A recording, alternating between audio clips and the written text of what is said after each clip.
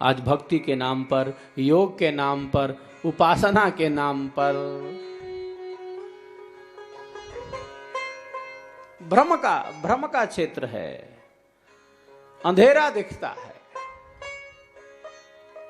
विहंगम योग कहता है, ब्रह्म विद्या कहती है कि भक्ति का आधार तो आत्मा बनती है, आत्मसमर्पण का योग है, भक्ति का आधार आत्मा बनती है। परमात्मा की भक्ति आत्मा के द्वारा होती है, आत्मा के द्वारा परमात्मा की प्राप्ति होती है। कौन कहता है? एकमात्र ब्रह्म विद्या कहती है, विहंगम योग कहता है साहब।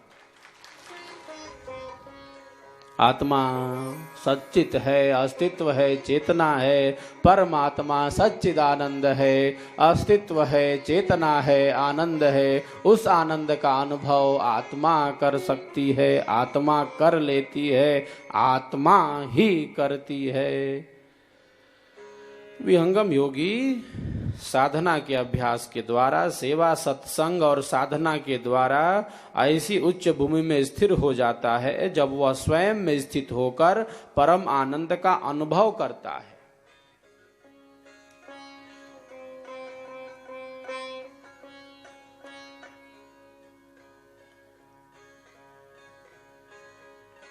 स्वयं में स्थित होना,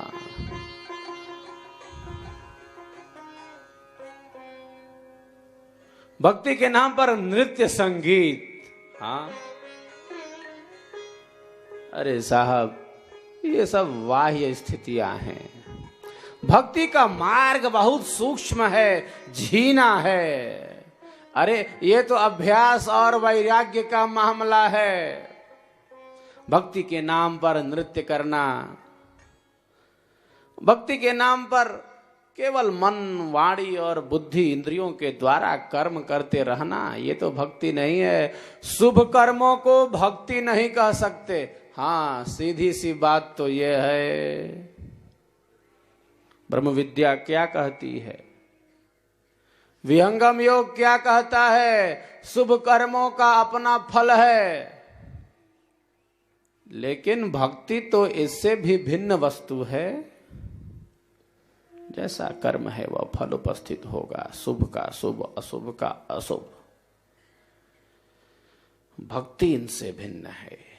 भक्ति आत्मा की वस्तु है, आत्मा के द्वारा भक्ति होती है।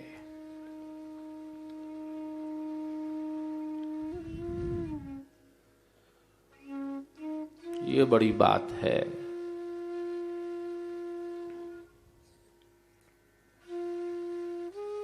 और भक्ति योग का वास्तविक स्वरूप तो ब्रह्म विद्या प्रकट कर देती है। विहंगम योग बतला देता है, दे देता है।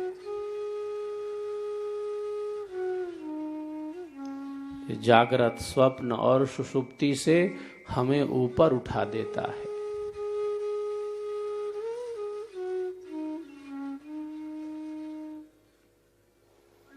बहुत गहन विषय है, सूक्ष्म विषय है। भक्ति के लिए ज्ञान की आवश्यकता है, भक्ति के लिए प्रेम की आवश्यकता है, भक्ति के लिए विरह वैराग्य की आवश्यकता है।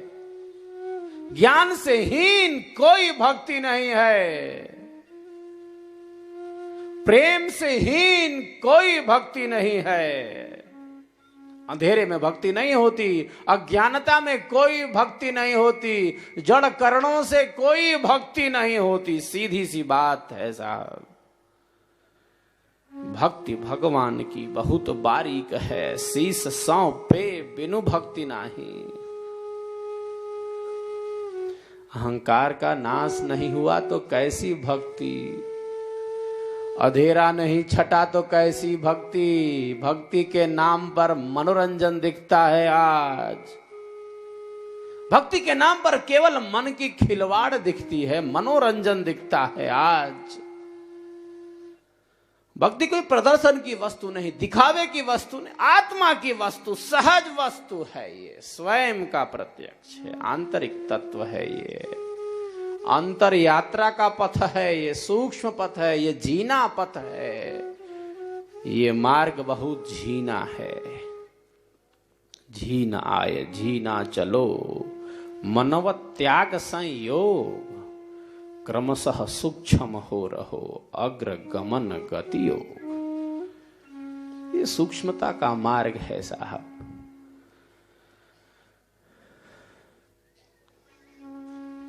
भक्ति के पहले ज्ञान का स्थान है, प्रेम वैराग्य का स्थान है, विरह का स्थान है। विहंगम योग की भक्ति ज्ञान युक्त भक्ति है, विहंगम योग की भक्ति प्रेम युक्त भक्ति है। प्रेम के पहले भी ज्ञान का स्थान है। ज्ञान से बड़ी वस्तु दुनिया में कोई नहीं। अंधेरे में कोई भक्ति नहीं, अंधेरे में कोई प्रकाश नहीं है। मन का रंजन करने से नहीं होगा, क्षणिक आत्म संतोष से नहीं होगा।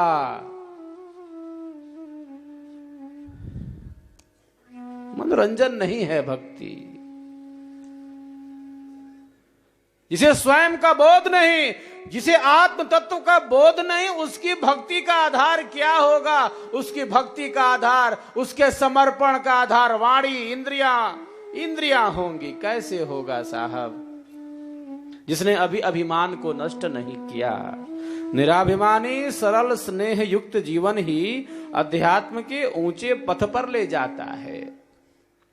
भीतर छिपी है ईर्ष्या, भीतर छिपा है द्वेष, भीतर छिपी है घृणा, भीतर छिपी है हिंसा, भीतर छिपी है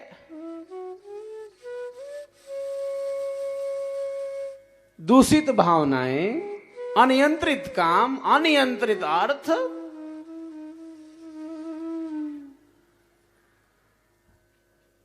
कैसी भक्ति साहब? जड़ करणों के माध्यम से भक्ति नहीं होती। बिना ज्ञान के कोई भक्ति नहीं है, बिना प्रेम के कोई भक्ति नहीं है।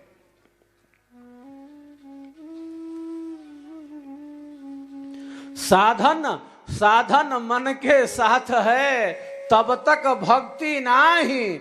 निर्मल ऊर्ध्व प्रवाह में अमन भक्ति घट माही, अमन भक्ति घट माही। जब तक मन के साथ साधना है, तब तक कैसी भक्ति साहब? भक्ति के लिए मन अनावश्यक है, सीधी सी बात तो ये।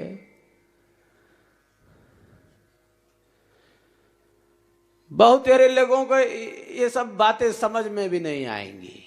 कहते हैं परमात्मा में मन को लगा दो, यही तो भक्ति है, बेटा कल्याण हो जाएगा।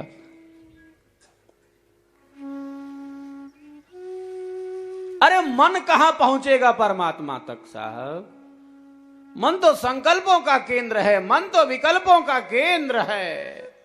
अभी इन्होंने मन को संयमित नहीं किया, अभी इन्होंने मन को एकाग्र नहीं किया, मन को बाहर में नहीं रोका, मन को भीतर में नहीं रोका, मन को त्रिवेणी में स्नान नहीं कराया, मन का स्नान आंतरिक त्रिवेणी में नहीं कराया।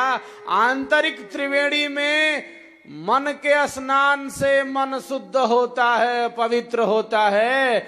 बाहर की त्रिवेणी का स्नान तो अधूरा है। केवल बाहर की त्रिवेणी में स्नान करने से क्या होगा? ये आंतरिक त्रिवेणी में मन का स्नान आवश्यक है। ना इन्होंने मन को शुद्ध किया, ना मन को बाहर में रोका, ना भीतर में रोका, ना मन को आंतरिक त्रिवेणी में स्नान किया। अरे ये साहब भक्त हैं, ये भक्ति करते हैं, ये भक्ति योग के पथिक हैं। ये कैसी भक्ति? अरे ये तो जड़ भक्ति है, ये तो विनाशी भक्ति है, ये भक्ति क्षणिक है, ये भक्ति मिटने वाली है, ये काल्पनिक भक्ति है, ये कपोल कल्पना है साहब। ये मन का रंजन है, ये मन की खिलवाड़ है। कौन समझता है आज? आज तो अंधेरा बहुत दिखता है। अविद्या का क्षेत्र बहुत बड़ा है, अंधेरा बहुत बड़े क्षेत्र में कायम दिखता है।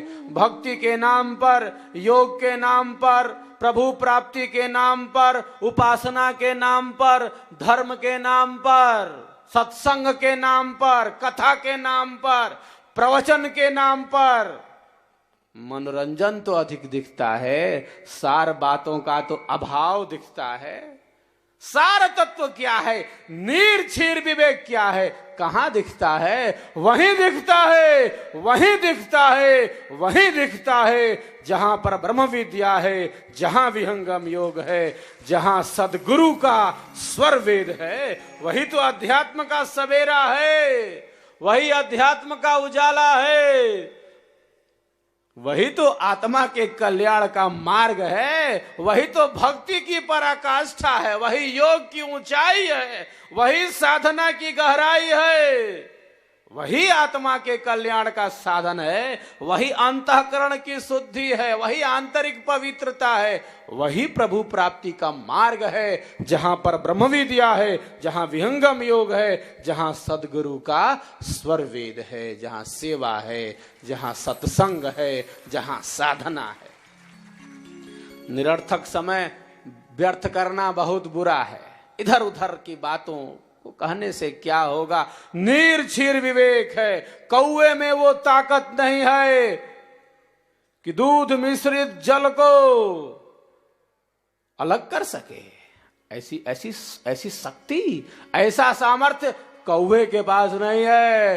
हंस होता है निर्छीर विवेकी, दुग्ध का पान कर लेगा, जल का त्याग कर देगा। साहब, विहंगम योग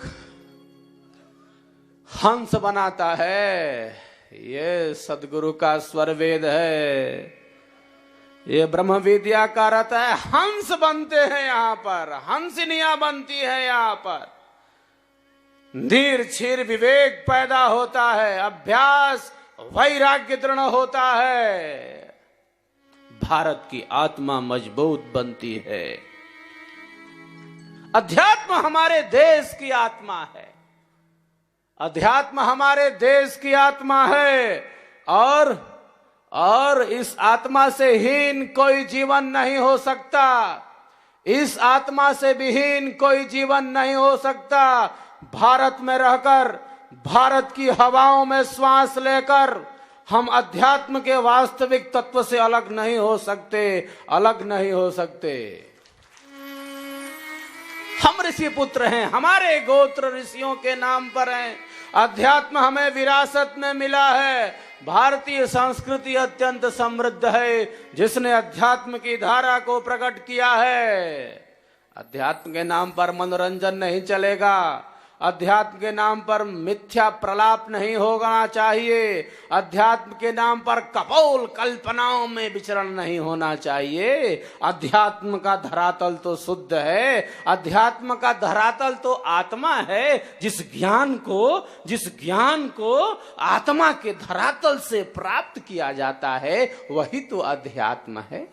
अविनाशी तत्वों का बोध जिसके द्वारा हो, तो अध्यात्म हमारी विरासत में है। अध्यात्म ऋषियों की संपत्ति है, और इससे अलग कोई जीवन नहीं है, इससे अलग कोई जीवन नहीं है। भारत आध्यात्मिक देश है। मैंने प्रथम दिन कहा था, आज चौथे दिन पुनः इसे दोहरा देता हूं। आध्यात्मिक ज्ञान की बदौलत भारत विश्व का गुरु था, भारत विश्व का गुरु है, और भारत विश्व का गुरु रहेगा। ये अध्यात्म का बल है। इसके वास्तविक तत्वों को आत्मसात करने की जरूरत है। साहब, मनोरंजन नहीं चलेगा। अध्यात्म का सवेरा स्वरवेद करता है। सदगुरु के स्वरवेद से अध्यात्म का उजाला है। अध्यात्म का प्रकाशक तो स्वरवेद है, सदगुरु देव का अनुभव है। विहंगम योग सदगुरु के अनुभव से, सिद्धांत से आधारित है। यह साधना है, यह सेवा है, यह सत्संग है, ये साधना की अनुभव को अभिव्यक्ति है। इसका अलग पक्ष है, इसका अद्भुत पक्ष है। साहब, ये ज्ञान की चेतन भूमि है, ज्ञान का आधार यहाँ बौद्धिक नहीं है, ज्ञान का आधार यहाँ आत्मा का अनुभव है, स्वयं का अनुभव है। भारत की प्राचीनतम विद्या है ये ब्रह्म विद्या, ये विहंगम योग क्या है? अरे ये तो भारत की प्राचीनतम विद्या है, ऋषियों की विद्या है, इससे अलग अलग कैसे होंगे? हमें सिद्धांत का अवलंबन करना है, हमें साधना के पथ पर आगे बढ़ना है। ब्रह्म विद्या के ये दो भेद होते हैं, एक सिद्धांत है और दूसरी क्या है? दूसरी साधना है। तो सिद्धांत और साधना पर आश्रय अत्यंत आवश्यक है। हमारा परम सौभाग्य है, हम उस महान पथ के पथिक हैं जिस महान सद्गुरु ने ब्रह्म विद्या विहंगम योग के सिद्धांत को स्थापित किया, हमें साधना का बल दिया, हमें साधना का विज्ञान बतलाया, हमें भक्ति के सूत्रों को प्रदान किया, हमें योग की ऊंचाई का अनुभव दिया। कितनी बड़ी वस्तु है, आंतरिक तत्व है, सूक्ष्म तत्व है, व्यापक तत्व है साहब। भक्ति का मार्ग बहुत सूक्ष्म है, झीना है। शुभ कर्मों को हम भक्ति नहीं कह सकते। एक साधक जब सेवा, सत्संग और साधना की त्रिवेणी में स्नान कर लेता है, तब भक्ति के यथार्थ को वह प्राप्त कर लेता है। जिसे स्वयं का बोध नहीं, उसकी भक्ति का आधार क्या होगा?